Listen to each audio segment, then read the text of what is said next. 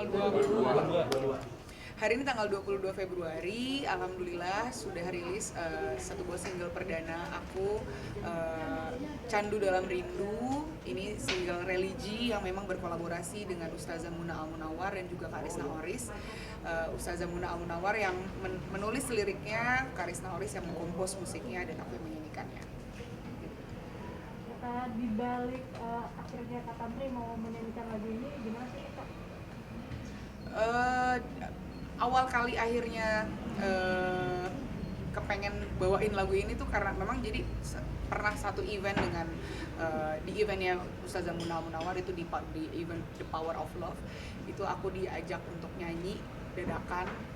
Ini lagu baru yang memang beliau ciptakan, terus aku kayak tersentuh gitu, kayak ini lagu kok enak ya, maksudnya maknanya tuh dalam banget. Buat aku yang menyanyikannya aja kayak ini menjadi lagu pengingat aku untuk rindu sama Rasulullah gitu. Dan ini aku yang minta gitu, aku yang minta boleh nggak ya Ustazah kalau misalkan lagu ini aku bawain gitu. Tidak dengan kotak karena memang genrenya tuh sangat berbeda sekali dengan kotak.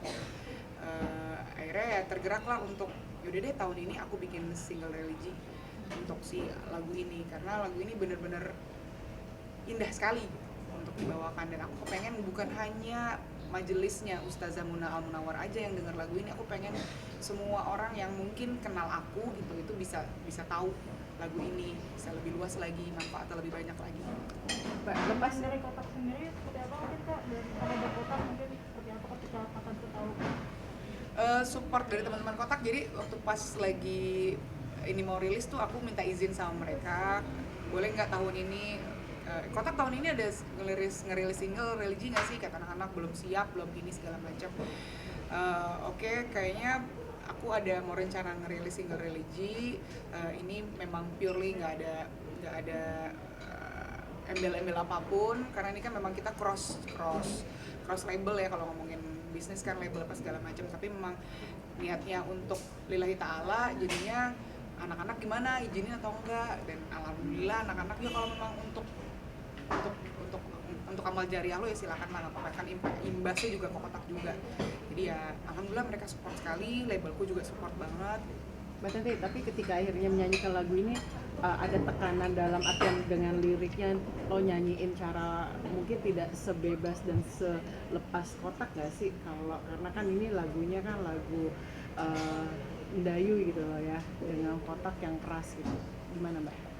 Kalau lagu Candu Dalam Rindu kan ini memang karena liriknya yang membuat itu adalah Ustazah Muna Al-Munawwar. Jadi aku di sini terbebaninya justru bukan dengan melodinya, terbebaninya dengan lirik-lirik yang memang setiap penggalan-penggalannya itu punya makna sendiri. Seorang pencipta lagu atau pencipta lirik kan mereka punya interpretasi masing-masing. Nah, aku gimana caranya bisa menyampaikan pesan yang tersirat oleh pencipta itu sama gitu, kurang lebih sama lah maksudnya maknanya. Nah itu yang agak lumayan terbebani saat rekaman tuh itu ya, semoga hasilnya bisa memuaskan Ustazah, juga memuaskan para pendengar lah. Dengan ada lagunya ini mungkin nggak bisa kamu menjadi santri yang hijrah sesungguhnya, dalam arti meninggalkannya akan meninggalkan dunia entertain dan benar-benar ke agama gitu loh, dia menjadi ustaz atau gimana gitu. Wadaw gitu Kak. Atau mungkin ini titik bola gitu Kak, atau gimana? Ustaz ada wadaw gimana kan ya? Gitu. Enggak lah, aku tuh dikasih gini ya, aku mikirnya aku mengikuti beberapa majelis terus akhirnya menyimpulkan bahwasanya aku dikasih anugerah sama Allah punya suara seperti ini, terus juga banyak juga cerita-cerita orang-orang yang akhirnya punya sesuatu maksudnya punya hidup yang memang jauh lebih baik ketika mendengarkan lagu-lagu kotak yang aku bawakan juga.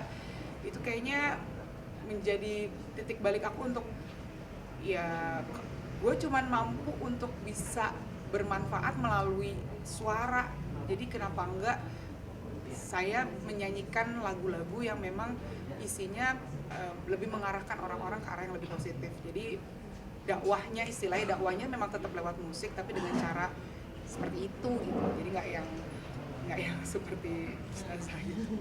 Mbak Tati tapi tadi sempat Eh! bilang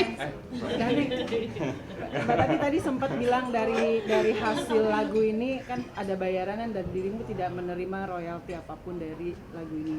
Itu sendiri memang Mbak Tantri yang mengikhlaskan itu dalam arti ini untuk Zaria dalam artian ya udah ini syiar gitu. Gimana Mbak?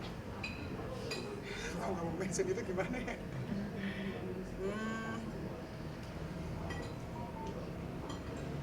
Mana ya biar nggak kecelek nih, kita kecelek lagi. Mana ya?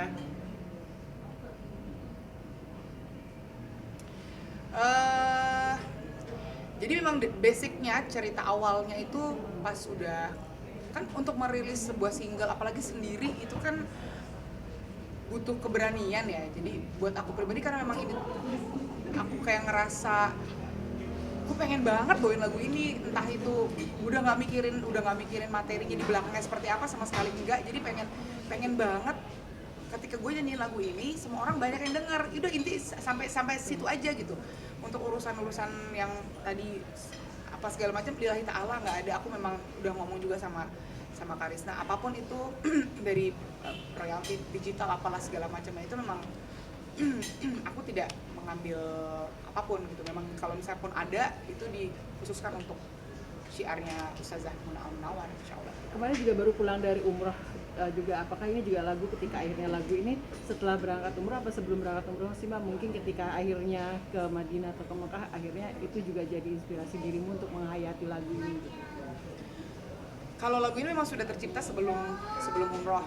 Cuma pas lagi kemarin umroh tuh sambil dengerin lagu ini ya langsung kayak refleksi lah di situ. Gila banyak banget salahnya selama ini, kemana aja, ngapain aja, apa segala macam. Jadi memang kayak yang tadi saya bilang ada koneksi di lagu ini antara saya ketika saya menyanyikan, mungkin juga teman-teman kalau misalnya memang lagi menyanyikan juga semoga bisa sama gitu, ngerasain hal yang sama, koneksi sama yang di atas ya lewat lagu ini gitu. Musiknya ada itu Mbak, perang batin ketika terbebani dari lirik itu menuju proses recording itu dari mengenal liriknya segala macam kan itu butuh waktu ya ke proses recording itu kan berat banget. Kalau perang batin sih nggak ada perang batin, cuman lebih ke saya lebih banyak nanya sama ustazah ini gimana sih lagunya nih tentang apa, terus bagaimana akhirnya bisa tercipta lagu ini, saya harus apa. Jadi ya lebih ke sana sih. Kalau misalkan kayak beban menyanyikannya ya mungkin karena memang keluar dari genrenya kotak. Tapi kalau yang beban banget sampai perang batin sih enggak.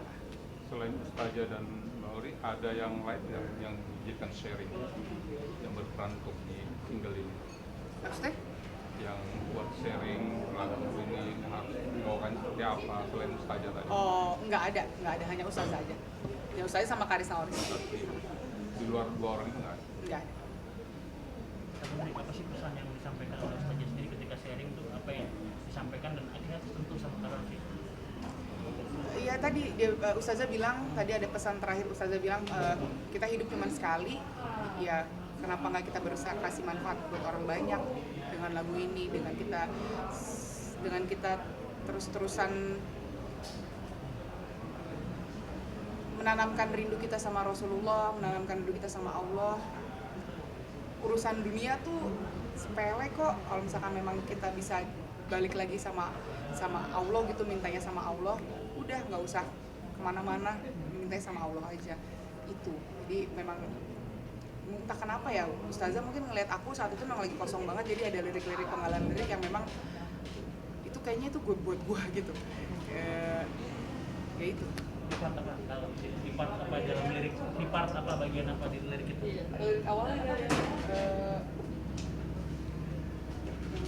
jiwa yang kosong dan hampa, lelah tak berdaya, gelisah tetap bernyawa. Jadi aku tuh masih punya nyawa, tapi kok kosong ya gitu.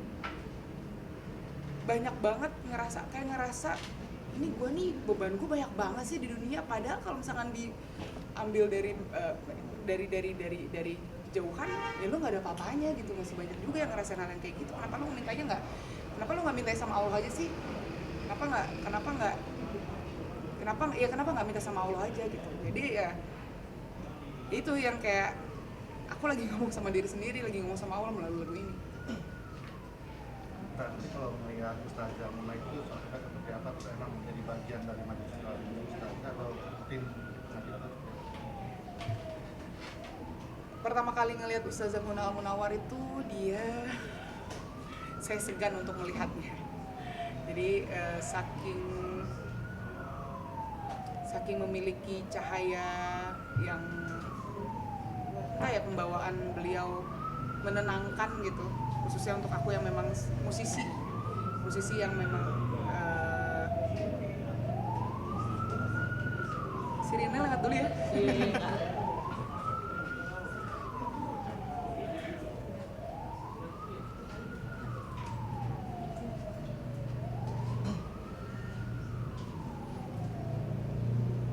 Nah, ya apalagi yang buat aku yang musisi yang memang kadang-kadang kan pengennya yang agak nggak mau yang terlalu kaku gitu loh. Nah, ngeliat Ustazah Muna tuh kayak menyentuh kalbuku tuh langsung kayak dep gitu. Masuk aja di logikaku, masuk, terus juga di batinku juga masuk. Jadi ya semuanya connected aja sama Ustazah. Tidak penting majelis taklim. Dibilang rutin karena memang duniawi saya masih sering manggung ya Mas. Jadi ada beberapa kali lah saya ikut majelisnya. Kalau Tante setelah mengikuti kajian, ada ngaruh nggak ke bermusik juga mungkin jadi menciptakan lirik yang secara tersirat tuh mengandung makna atau seperti apa? Kalau ngomongin kajian kan itu lebih ke batinnya masing-masing ya. Tapi kalau misalkan saya sih ngerasa ya kalau sudah posisi yang sekarang sebisa mungkin lirik-lirik ataupun lagu-lagu yang diciptakan minimal memiliki manfaat untuk orang banyak. Terlepas dari itu lagunya kan kalau ngasih manfaat kan nggak mesti lagu-lagu yang ada bahasa Arabnya atau apa, tapi ada beberapa kata-kata yang bisa dipilih untuk bisa memberikan semangat. Itu kan juga salah satunya bermanfaat untuk orang banyak, seperti lagu-lagu Kotak. Loh, jadi promo Kotak ya? Berarti abis selepas ini mungkin Kotak akan ada apa lagi? Kotak ngapain ya? Kotak masih manggung aja Mbak, masih manggung, terus juga nanti rencananya akan ada konser. Kemarin kan sempat ke postpone yang konser Hantem, jadi rencananya di tahun ini akan ada konser, tapi ini kayak big konser lah. Insya Allah di tahun ini, doain aja. Oke. Oke? Oke, makasih. Syukron, Ustazah. terima kasih. Amin.